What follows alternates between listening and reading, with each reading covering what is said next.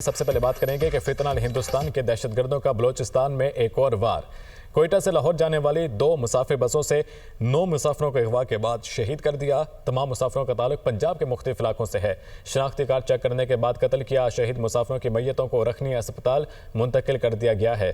قتل ہونے والوں میں دنیا پور سے تعلق رکھنے والے 2 بھائی بھی شامل۔ ترجمان بلوچستان حکومت شاہد رند کی 9 مسافروں کو شہید کیے جانے کی تصدیق۔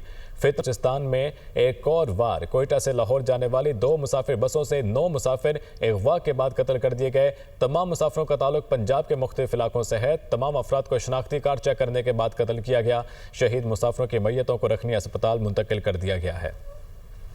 فیلڈ مارشل سید عاصم منیر کی زیر صدارت کور کمانڈرز کانفرنس فورم نے اس عزم کا اظہار کیا کہ ہمارے شہداء کا خون رائے گا نہیں جائے گا۔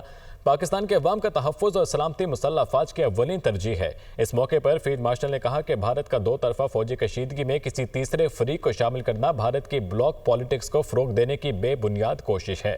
تفصیل اس رپورٹ میں۔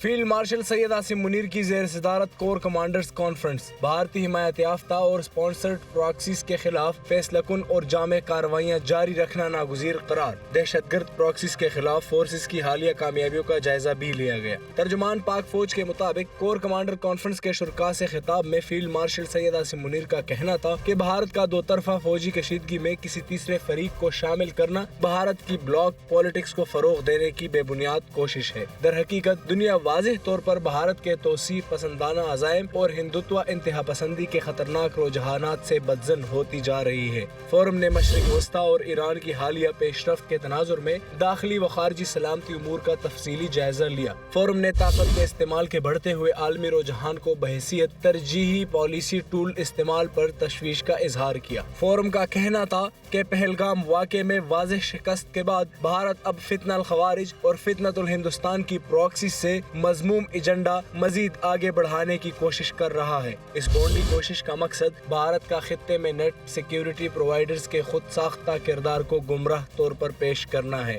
ISPR کے مطابق فورم کو فیلڈ مارشل کے تاریخی اور منفرد دورے امریکہ کے بارے میں بھی بریفنگ دی گئی۔ دورے کے دوران امریکی قیادت کو پاکستان کا 2 طرفہ معاملات پر موقف پیش کیا گیا۔ اعلیٰ سطح امریکی قیادت کو علاقائی اور بین الاقوامی امور پر پاکستان کا بامقصد موقف براہ راست پیش کیا گیا۔ فیلڈ مارشل نے وزیر اعظم کے ہمراہ ایران، ترکی، آذربائیجان، سعودی عرب اور UAE کے دوروں پر فورم کو آگاہ کیا۔ فیلڈ مارشل نے حالیہ کامیاب دوروں پر پاکستان کے فعال سفارتی کردار کی تفصیلات سے فورم کو آگاہ کیا۔ فورم کو جنگ کی بدلتی نوعیت، ابھرتے خطرات کے پیش نظر پاک فوج کی حکمت عملی اور جدتوں پر بریفنگ دی گئی۔ فیلڈ مارشل نے ٹرائی سروسز ہم آہنگی کو مزید مضبوط کرنے میں پاک بحریہ اور فضائیہ کی قیادت کو بھی سراہا اور ملک کو درپیش تمام خطرات کے خلاف پاک فوج کے آپریشنل تیاریوں پر مکمل اعتماد کا اظہار کیا۔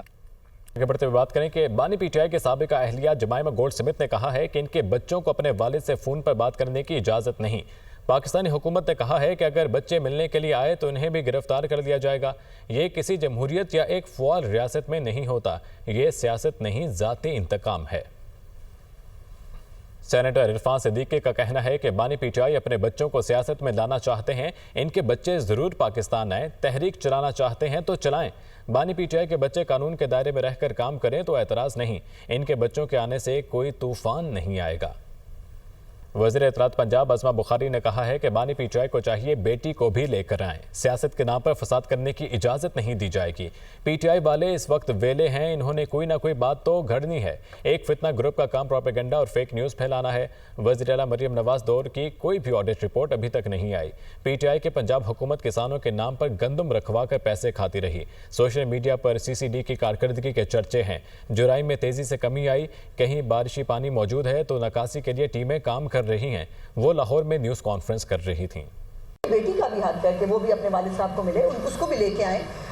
وہ برطانوی شہری ہیں، ان کو آنے کا بالکل پورا حق ہے، لیکن یہاں پر سیاست کے نام پر فساد کرنے کا اور ان کی شکل کے ذریعے جو ہے وہ فساد مارچ کو لیڈ کرنے کی اجازت تو قانون۔ ایک فتنہ گروپ ہے اس ملک کے اندر جس کا کام ہی صرف پروپیگنڈا اور فیک خبروں کو پروموٹ کرنا ہے۔